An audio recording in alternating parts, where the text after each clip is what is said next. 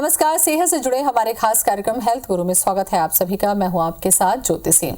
Cancer का नाम सुनते ही लोग डरते हैं। वैसे तो हर रोग काफी कष्टकारी होता है, लेकिन कैंसर एक ऐसा रोग है जो अपने आप में काफी गंभीर माना जाता है, क्योंकि ये शरीर के कहीं भी हिस्से में हो सकता है और अगर सही समय पर इलाज नहीं मिलता तो ये जानलेवा भी हो जाता है। लेकिन आप इस रोग से कैसे बच सकते हैं, कैसे दूर रह सकते हैं, और अगर आप इस समस्या से जूझ रहे हैं तो आपको क्या करना चाहिए, आज इसी पर हम चर्चा करेंगे। तो चलिए शुरू करते हैं अपना खास कार्यक्रम हेल्थ गुरु।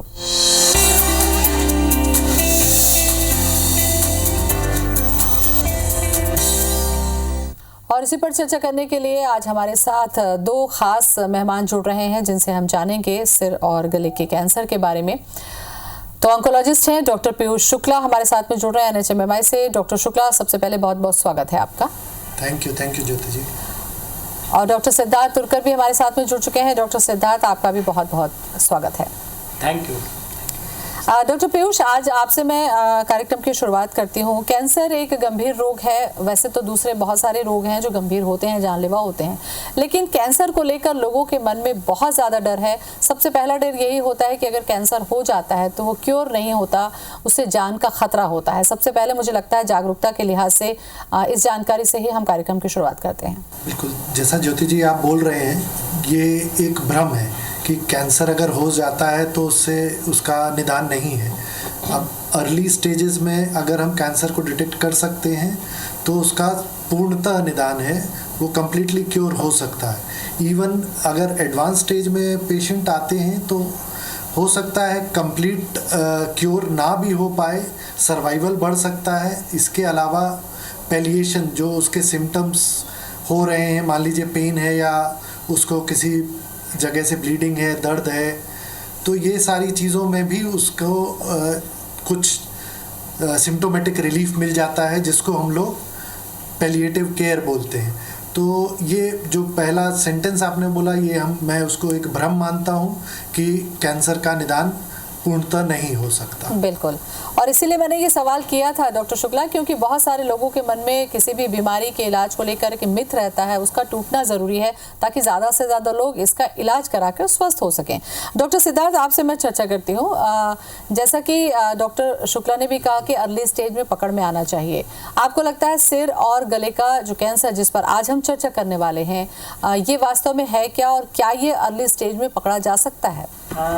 जी, मैं इसमें बताना चाहूँगा कि जो एपिथेलियल लाइनिंग होती है हमारी मुंह की, जो जिसे हम म्यूकोसा या बक्कल म्यूकोसा बोलते हैं, तो और जो नीचे की लाइनिंग है, अब हेड एंड नेक में, मुंह और गले में जनरली ओरल कैविटी आती है और हमारा फेरिंग्स का पार्ट आता है, लैरिंग्स का पार्ट आता है। तो इसकी जो एपिथेलियल लाइनिंग होती है, जो ऊपर से हमें दिखती है, ये कॉन्स्टेंटली, खासकर ये क्योंकि जैसे एक रिस्क फैक्टर है टोबैको, तो ये जो भी इसके कारण कोई म्यूटेशन इनमें डेवलप हो जाता है और ये जो सेल्स हैं इनके एपिथेलियल लाइनिंग की, ये जो है एबनॉर्मली बिहेव करने लगती हैं। इनका एबनॉर्मल डिवीजन चालू हो जाता है और ये लोकल नॉर्मल टिश्यू को भी इन्वेट करने लगती है। तो इसी बीमारी को हम मुंह और गले का कैंसर मानते हैं। अब जो आपका दूसरा सवाल है कि क्या इसको जल्दी डिटेक्ट किया जा सकता है, तो क्योंकि ये जो बीमारी होती है, खासकर ओरल कैविटी की, जो सबसे कॉमन प्रकार का कैंसर है इंडिया में, तो ये सुपरफिशियली रहती है। तो इसके पहले कई लोगों में सिम्टम्स ये आते हैं कि जो गुटखा और तंबाकू खासकर खाते हैं कि उनका मुंह नहीं खुल रहा होता है, या फिर उनको पूरी तरह उनकी इवन खाना भी उनके लिए तकलीफ़ में हो जाता है, आवाज़ में कोई ना कोई बदल आने लग जाता है। तो ये सारे सिम्टम्स अर्ली पकड़े जा सकते हैं। और कैंसर डेवलप होने के इवन बिफोर प्री कैंसरस लेशन के स्टेज पे अगर ये लोग टोबैको खाना या स्मोकिंग करना ये बंद कर देते हैं तो कई बार ये चीज़ें रिजॉल्व भी हो जाती है। जी, डॉक्टर पीयूष, जैसा कि डॉक्टर सिद्धार्थ ने कहा, एक जो सामान्य लक्षण है शायद कि वो मुंह का नहीं खुलना। चूँकि अगर छत्तीसगढ़ की हम बात करते हैं तो यहाँ पर गुड़ाखू का जो चलन है वो ज़्यादा है। ऐसे में आपको लगता है कि अगर कोई भी तकलीफ नहीं है मुंह में और हमारा जो मुंह है वो जितना खुलना चाहिए उतना नहीं खुल रहा है, तो क्या इसको शुरुआती लक्षण समझ के डॉक्टर से कंसल्ट करना चाहिए हमको? देखिए, जो बोला गया है इस मुंह ना खुलना, that is submucosal fibrosis. SMF एक तरह से प्रारंभिक प्री मैलिग्नेंट कंडीशंस में काउंट होती है। इसको हम लोग पूरा कैंसर में तब्दील हो गया ऐसा नहीं बोलेंगे, पर जो भी सुपारी या तम्बाकू रिलेटेड च्यूइंग करते हैं, स्मोकलेस या स्मोकिंग फॉर्म में जो भी ले रहे हैं, उसके कारण एसएमएफ डेवलप होता है। सबसे बड़ी प्रॉब्लम होती है एसएमएफ डेवलप होने के बाद कि आप मुंह ना खुलने के कारण ओरल कैविटी एग्जामिनेशन प्रॉपरली नहीं कर सकते। तो मान लीजिए कोई छाला पीछे की तरफ है तो उसको हम लोग आइडेंटिफाई ही नहीं कर पाते, तो एसएमएफ प्री मैलिग्नेंट कंडीशंस में काउंट हो सकता है। वो कंप्लीटली ऐसा नहीं है कि इट इज़ अ कैंसर हो गया है, ये नहीं कह सकते उसमें, पर फिर भी एसएमएफ डेवलप होने के बाद हम लोगों को डॉक्टर के पास तो जाना ही है कि कम से कम उसका उपचार किया जा सके। अर्ली होगा तो fibrosis changes upon back of भी कर सकते हैं, मुंह खुलना वापस से चालू हो सकता है, तो निश्चित तौर पे जाके दिखाना तो है ही।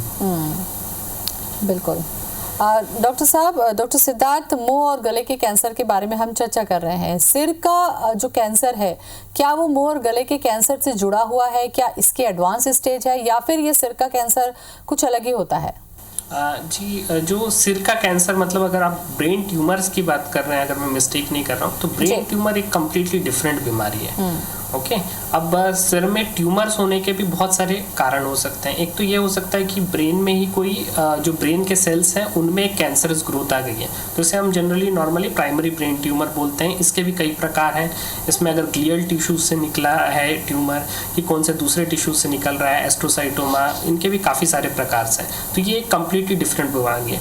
लेकिन मुँह और गले का जो ट्यूमर होता है, ये इसकी एपिथेलियल लाइनिंग से ग्रो होता है। कई बार ये ट्यूमर जो होता है, कई बार ये क्रेनियल कैविटी को भी इरोड कर देता है धीरे धीरे लोकली, तो ये मुंह से उस ओर में इरोड कर देता है, तो कई बार पेशेंट को हेडेक और ये सारे कंप्लेंट्स भी होता है। अब इसके अलावा अगर हम सर के ट्यूमर्स की बात करें तो कोई दूसरे ऑर्गन्स जैसे कि लंग कैंसर, जो कि एक और बहुत ज़्यादा कॉमन प्रकार है कैंसर का, ये मरीजों में जो ट्यूमर होता है ये फैल के ब्रेन में पहुंच जाता है। तो मोस्ट कॉमनली जो ब्रेन में ट्यूमर्स पाए जाते हैं ये दूसरी जगह से आए हुए कैंसर होते हैं। इटसेल्फ जो ब्रेन ट्यूमर्स हैं वो थोड़े रिलेटिवली रेयर एंटिटीज है, और दूसरे ऑर्गन्स है जैसे ब्रेस्ट कैंसर है, लंग कैंसर है, ऐसी जगहों से बीमारी कई बार ब्रेन में पहुंच जाती है।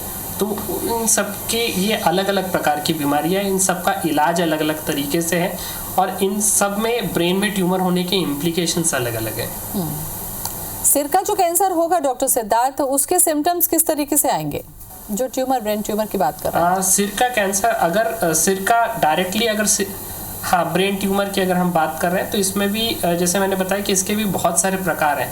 तो अगर कॉमनली हम बोले तो ये ट्यूमर बढ़ने के कारण, क्योंकि हमारा स्कल जो होता है एक क्लोज्ड कैविटी होता है, तो जब इसमें ट्यूमर्स बढ़ते हैं तो सर का प्रेशर बढ़ने लग जाता है, तो इसको हम मास इफेक्ट बोलते हैं। इस मास इफेक्ट के कारण क्या होता है कि जो ट्यूमर सेल्स होते हैं ये नॉर्मल टिश्यू को डिस्प्लेस करने लगते हैं, उसके कारण नर्व्स कंप्रेशन भी होता है। तो नर्व कंप्रेशन के कारण कई बार ऐसा होता है कि लकवा लग सकता है, या हो सकता है पेशेंट हेडेक की कंप्लेंट के साथ प्रेजेंट करता है। हेडेक, और वो भी ऐसा हेडेक जो सुबह सोकर उठने के बाद ज़्यादा होता है। ओके, और ये दिन भर में ये धीरे धीरे कम होता है, और ये सुबह के समय पे सबसे ज़्यादा रहता है। तो इस प्रकार का अगर हेडेक हो रहा हो, या फिर कई बार इन लोगों का हेडेक के साथ वॉमिटिंग भी होता है कि इनको वॉमिटिंग हो रहा है, और एक टिपिकल वर्ड होता है प्रोजेक्टाइल वॉमिटिंग, क्योंकि इसमें विदाउट कोई सेंसेशन एकदम से लोगों को वॉमिटिंग हो जाती है।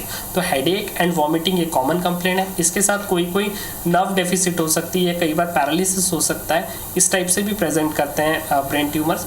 इसके अलावा अगर कोई स्पेसिफिक रीजन ऑफ ब्रेन जो उस कोई पर्टिकुलर लिम्ब को या उसको अगर कंट्रोल करता है, उस रीजन में अगर ट्यूमर हो जाता है तो उसकी फोकल डेफिसिट के रूप में भी ये ट्यूमर्स प्रेजेंट करते हैं। ठीक है डॉक्टर पीयूष, एक सवाल आपसे कि मुंह और गले का जो कैंसर है इसके लक्षण क्या हैं और किन लोगों में ये कैंसर होने का रिस्क ज़्यादा होता है? कि जैसे डॉक्टर सिद्धार्थ ने पहले बताया कि एपिथेलियल लाइनिंग रिलेटेड कैंसर है, तो सबसे पहले तो अगर मुख की बात किया जाए तो मुंह में छाला आना जो कि काफ़ी समय तक हील ना हो पा रहा हो, इसके अलावा आवाज़ में बदलाव, निगलने में परेशानी हो सकता है, गर्दन में गांठ आना, या आपने जो नेज़ोफेरिंक्स का कैंसर रहते हैं उसमें कई बार स्क्विंट मतलब आँख भैंगापन हो जाना, सूंघने में मतलब थोड़ी सी दिक्कत होना, सांस लेने में दिक्कत आना, ये सारे सिम्टम्स होते हैं जिनको देखना है। इसके अलावा जो प्री मैलिग्नेंट कंडीशंस की बात की थी, SMF है, ल्यूकोप्लेकिया, मुंह पे सफ़ेदी आना, इरिथ्रोप्लेकिया, लाली आना, ये सारे उनके सिम्टम्स रहते हैं। आवाज़ में बदलाव आना, निगलने में दिक्कत होना, गले में गांठ, ये सारे उसके लक्षण होंगे। जी, चलिए ट्रीटमेंट वाले पार्ट पर मुझे लगता है हमें ज़्यादा फोकस करना चाहिए ताकि लोग थोड़े से जागरूक हो सकें। लक्षणों के बारे में हमने काफ़ी विस्तार से चर्चा में, अवेयरनेस ज़रूरी है ताकि हम बीमार ही ना हो। अगर बीमार हैं तो शुरुआती लक्षण में हम इसको पकड़ सकें ताकि इलाज के बाद हम स्वस्थ हो सकें। अब इलाज पर हम चर्चा करेंगे। डॉक्टर सिद्धार्थ, आपसे मैं यहाँ पर शुरुआत करती हूँ। जब कोई पेशेंट पहुँचता है तो ज़्यादातर ये कहा जाता है कि सिम्टम्स जो है वो काफ़ी इग्नोर किए गए थे और स्टेजेस जो होते हैं वो काफ़ी बढ़ गए हैं। आपको लगता है कि शुरुआती स्टेज में अलर्ट होना ट्रीटमेंट के लिए एक बहुत बड़ा पहलू है? जी, जैसे कि प्रोग्राम के स्टार्ट में डॉक्टर पीयूष ने भी वही कहा था कि जो ओरल कैविटी के कैंसर है, अगर इसको अर्ली स्टेजेस में हम पकड़ सकें तो इसका ट्रीटमेंट जो है कम्प्लीटली किया जा सकता है और इस बीमारी से हम छूट सकते हैं। एंड सेकेंड थिंग, वो उतना कॉम्प्लिकेट भी हो सकता है। कई बार अगर अल्सर काफ़ी छोटा है, उसी स्टेज में पकड़ा गया तो एक सिंपल सर्जरी से काम हो सकता है। या फिर अगर गले का कैंसर है, हमारे वॉइस बॉक्स का कैंसर है, तो सिंपल रेडियोथेरेपी सिर्फ उससे भी कैंसर ठीक हो सकता है। तो इसलिए इसको जितना जल्दी हम पकड़े, इसके सिम्टम्स को जितना जल्दी हम पता लगा सके तो बीमारी को उतने आसानी से ठीक किया जा सके। बिल्कुल। डॉक्टर पीयूष, चूंकि हम लोग ट्रीटमेंट वाले पार्ट पर चर्चा कर रहे हैं, इसमें क्या कुछ ऐसे स्टेजेस होते हैं जिसमें शुरुआत में ही कीमोथेरेपी देकर इलाज किया जाता है या फिर सीधे सर्जरी पे जाना होता है? देखिए, जो मुख्यतः ट्रीटमेंट है अपना हेड एंड नेक कैंसर का, उसमें 3 मोडालिटी हैं: सर्जरी, रेडियोथेरेपी एंड कीमोथेरेपी। अगर इनिशियली मान लीजिए ओरल कैंसर्स हैं, हम लोग हेड एंड नेक कैंसर में ओरल एक सब क्लास ले लिया कि ज़बान का कैंसर है, तो उसमें अगर इनिशियल है, स्टेज 1 स्टेज 2 लग रहा है क्लिनिकली, तो सर्जरी करके हिस्टोपैथ रिपोर्ट, जो उसकी फाइनल रिपोर्ट आती है, उस पर डिपेंड करता है कि फर्दर कीमोथेरेपी, रेडियोथेरेपी का रोल है कि नहीं है। अगर वो एडवांस स्टेज है, मान लीजिए टंग का कैंसर है जो कि मिड लाइन क्रॉस कर रहा है, राइट से लेफ्ट जा रहा है, उसके बेस में चला गया है, जब सर्जरी पॉसिबल नहीं है तब उसका इलाज रेडियोथेरेपी और कीमोथेरेपी साथ में रहेगा। तो ये डिपेंड करता है साइट और स्टेज ऑफ ट्यूमर पे कि उसको क्या क्या मोडालिटी ऑफ ट्रीटमेंट लगेगा। कीमोथेरेपी के जो पेशेंट होते हैं डॉक्टर साहब कैंसर के लिए, उनमें कीमोथेरेपी कितना असरकारक होता है? देखिए, कीमोथेरेपी अपन किस इंटेंट से दे रहे हैं पहले ये समझना ज़रूरी है। तो जैसे अर्ली स्टेजेस है उसमें सिर्फ सर्जरी जो है वो कंप्लीट मोडालिटी ऑफ ट्रीटमेंट हो जाता है। स्टेज 1 है, जस्ट अल्सर था उसको निकाल दिया तो उसमें कुछ और करने की ज़रूरत नहीं होती है। हाँ, सर्जरी का कंप्लीशन भी बहुत ज़रूरी होता है। कई बार सर्जरी जो होती है कि कंप्लीट नहीं होती, कुछ अगर उसमें भी स्पेशलिस्ट अगर एक ऑन्को सर्जन उसको ऑपरेट करे तो इसमें एक प्रिंसिपल्स होते हैं ऑन्कोलॉजी के कि कितने टिश्यूज़ को निकालना है, तो उतने टिश्यू को निकाल के अगर कंप्लीट सर्जरी होंगी तो कुछ और करने की ज़रूरत नहीं होती है। अगर सर्जरी की, जैसे डॉक्टर पीयूष ने बताया कि हिस्टोपैथोलॉजी रिपोर्ट में कुछ ऐसी एबनॉर्मलिटीज है जैसे लिम्फ नोड इन्वॉल्व है, उस लिम्फ नोड के साथ एक्सट्रानोडल एक्सटेंशन है, तो ऐसे में देखा गया है कि रेडिएशन और कीमोथेरेपी को सर्जरी के बाद सप्लीमेंट किया जाता है रिपोर्ट कंप्लीट ट्रीटमेंट के लिए और उसके बाद फिर अपने को रिजल्ट्स मिलते हैं। कई बार ऐसा भी होता है कि डिसीज़ इतनी बड़ी होती है कि डायरेक्टली सर्जरी करना पॉसिबल नहीं होता है और इतने बड़े फील्ड में रेडिएशन नहीं दिया जा सकता। हालांकि बीमारी इतनी ज़्यादा नहीं फैली होती है कि वो कोई दूसरे ऑर्गन में चली गई हो, तो स्टिल एक चांस होता है कि हम उसको अगर छोटा कर पाए तो हम उसको ट्रीट कर सकते हैं। तो ऐसे में कई बार हम स्टार्टिंग में कीमोथेरेपी देते हैं। तो ये जनरली स्टार्टिंग में कीमोथेरेपी देना ये एडवांस स्टेजेस में ही किया जाता है। अर्ली स्टेजेस में हम सिर्फ कीमोथेरेपी दे रहे हैं ऐसा नहीं करते हैं। ये चीज़ होती है एडवांस स्टेजेस में। एडवांस स्टेजेस में हम बीमारी को छोटा कर लेते हैं। छोटा करने के बाद उसको सर्जरी और उसके बाद फिर रेडिएशन दिया जाता है। कई बार ऐसा होता है कि बीमारी जो है वो अपनी जगह छोड़ के कोई दूसरी जगह पहुंच जाती है, या फिर वो बीमारी इतनी ज़्यादा बढ़ चुकी होती है कि इसमें सर्जरी कभी भी पॉसिबल नहीं हो पाएगा, या फिर रेडिएशन ऐसा फील्ड उसका क्रिएट नहीं हो पाएगा कि सेफली हम उसको डिलीवर कर सकें। तो ऐसे केसेस में या तो हम रेडिएशन जितने पैलेटिव इंटेंट से देते हैं तो हम उसको पूरा कवर करते हुए नहीं देते हैं, या फिर हम कीमोथेरेपी का सहारा लेते हैं और उस बीमारी को कंट्रोल करने की कोशिश करते हैं। तो ये बात समझने वाली बहुत ज़रूरी है हेड एंड नेक कैंसर के लिए स्पेशली, कि जब हम कीमोथेरेपी दे रहे हैं तो सिर्फ कीमोथेरेपी से पूरा इलाज नहीं होगा, कीमोथेरेपी के साथ एक प्रॉपर रेडिएशन और सर्जरी की भी ज़रूरत होती है। डॉक्टर पीयूष, कई केस में हमने ये देखा है कि एक बड़ी जो माउथ की सर्जरी है वो क्यूरेबल हुई, पेशेंट ठीक हुआ, लेकिन रेडिएशन भी हुआ, कीमोथेरेपी भी हुआ, लेकिन इतने ट्रीटमेंट के बाद भी जो बीमारी है वो रिपीट करती है। तो इसको क्या समझे हम कि कहीं पर सर्जरी में कहीं कुछ कमी रह गई या फिर वो वापस उसी रफ्तार से लौट आया, क्या पीछे कारण होते हैं ऐसे? देखिए, ट्यूमर बायोलॉजी डिफरेंट चीज़ है जिस पे रिसर्च अभी तक ऑन गोइंग है। ट्यूमर्स कैसे बिहेव करेंगे, उस जो हम लोगों ने जैसे अभी डिस्कशन किया कि हिस्टोपैथ रिपोर्ट, कई बार ऐसा होता है कि अर्ली टंग कैंसर जिसकी बात की 1 सेंटीमीटर का घाव था पर गले में गांठ आ गई। गले में गांठ आ जाना मतलब वो स्टेज 3 में चला गया बीमारी ऑटोमेटिकली। तो ये आप सोच रहे हो कि 1 सेंटीमीटर का था, बहुत छोटा था, पर उसके दूसरे फीचर्स, बहुत सारे हिस्टोपैथ रिपोर्ट में फीचर्स होते हैं जिसको देख के हम लोग कह सकते हैं कि ये एग्रेसिव डिजीज़ है, इसका फिर से रिकरेंस होने का चांस बहुत ज़्यादा है। रिकरेंस कम करने के लिए ही कीमो रेडिएशन का रोल छोटे अर्ली डिजीजेस में रहता है, पर रिकरेंस नहीं होगा ऐसा कभी नहीं है। रिकरेंस की चांसेस रिड्यूस हो जाती हैं। इसीलिए फॉलोअप में हम लोग एटलीस्ट 5 इयर्स का फॉलोअप बोलते हैं कि इस दौरान अगर फिर से बीमारी कोई दूसरे साइड पे आ रही है तो उसको हम लोग एड्रेस कर सकें। बिल्कुल। डॉक्टर साहब, वैसे तो कैंसर फर्स्ट स्टेज में पकड़ना कई बार मुश्किल होता है, अगर हो जाए तो ट्रीटमेंट अच्छा होता है। जांच के ऊपर मैं लास्ट में एक संक्षेप में आप लोगों से सवाल जानना चाहूँगी कि जैसे ब्लड टेस्ट कराने के बाद हम श्योर हो सकते हैं कि कोई इन्फेक्शन नहीं, कोई गंभीर बीमारी नहीं, क्या कोई ऐसी जाँच नहीं है जिससे जाँच कराकर हम निश्चिंत हो सके कि हाँ हमें कैंसर नहीं है? क्या कोई ऐसी व्यवस्था है? ये क्वेश्चन मैं लेना चाहूँगा। देखिए, कैंसर में अब कौन से रीजन का हम कैंसर देख रहे हैं, अगेन वही बात इंपॉर्टेंट है कि हर एक कैंसर में ये पॉसिबल नहीं है कि हम स्क्रीनिंग करके ये बता सके कि कैंसर डेफिनेटली है कि नहीं है। इसी के लिए बार बार फॉलोअप रहना या फिर आपके जो भी रिस्क फैक्टर्स है उसको कम करना ये बहुत ज़रूरी होता है। और अगर आपको ऐसे कोई लक्षण दिख रहे हैं जो कैंसरस हो सकते हैं तो उसको आपको जल्दी को डॉक्टर को एड्रेस करना है। ऐसी कोई ब्लड टेस्ट नहीं है जिससे हम ये डिटेक्ट कर सके कि मुंह का कैंसर है कि नहीं है। खासकर मुंह के कैंसर के लिए बात कर रहा हूँ। कुछ कैंसर्स हैं जिनमें स्क्रीनिंग होता है, जैसे कि सर्वाइकल कैंसर है, उसमें पैप स्मीयर होता है जिससे हम अगर रेगुलरली करें तो ऐसा देखा गया है कि लोगों की मॉर्टेलिटी भी कम हो जाती है। लेकिन unfortunately head and neck cancer में ऐसा कोई ब्लड टेस्ट नहीं है जिससे बता सके।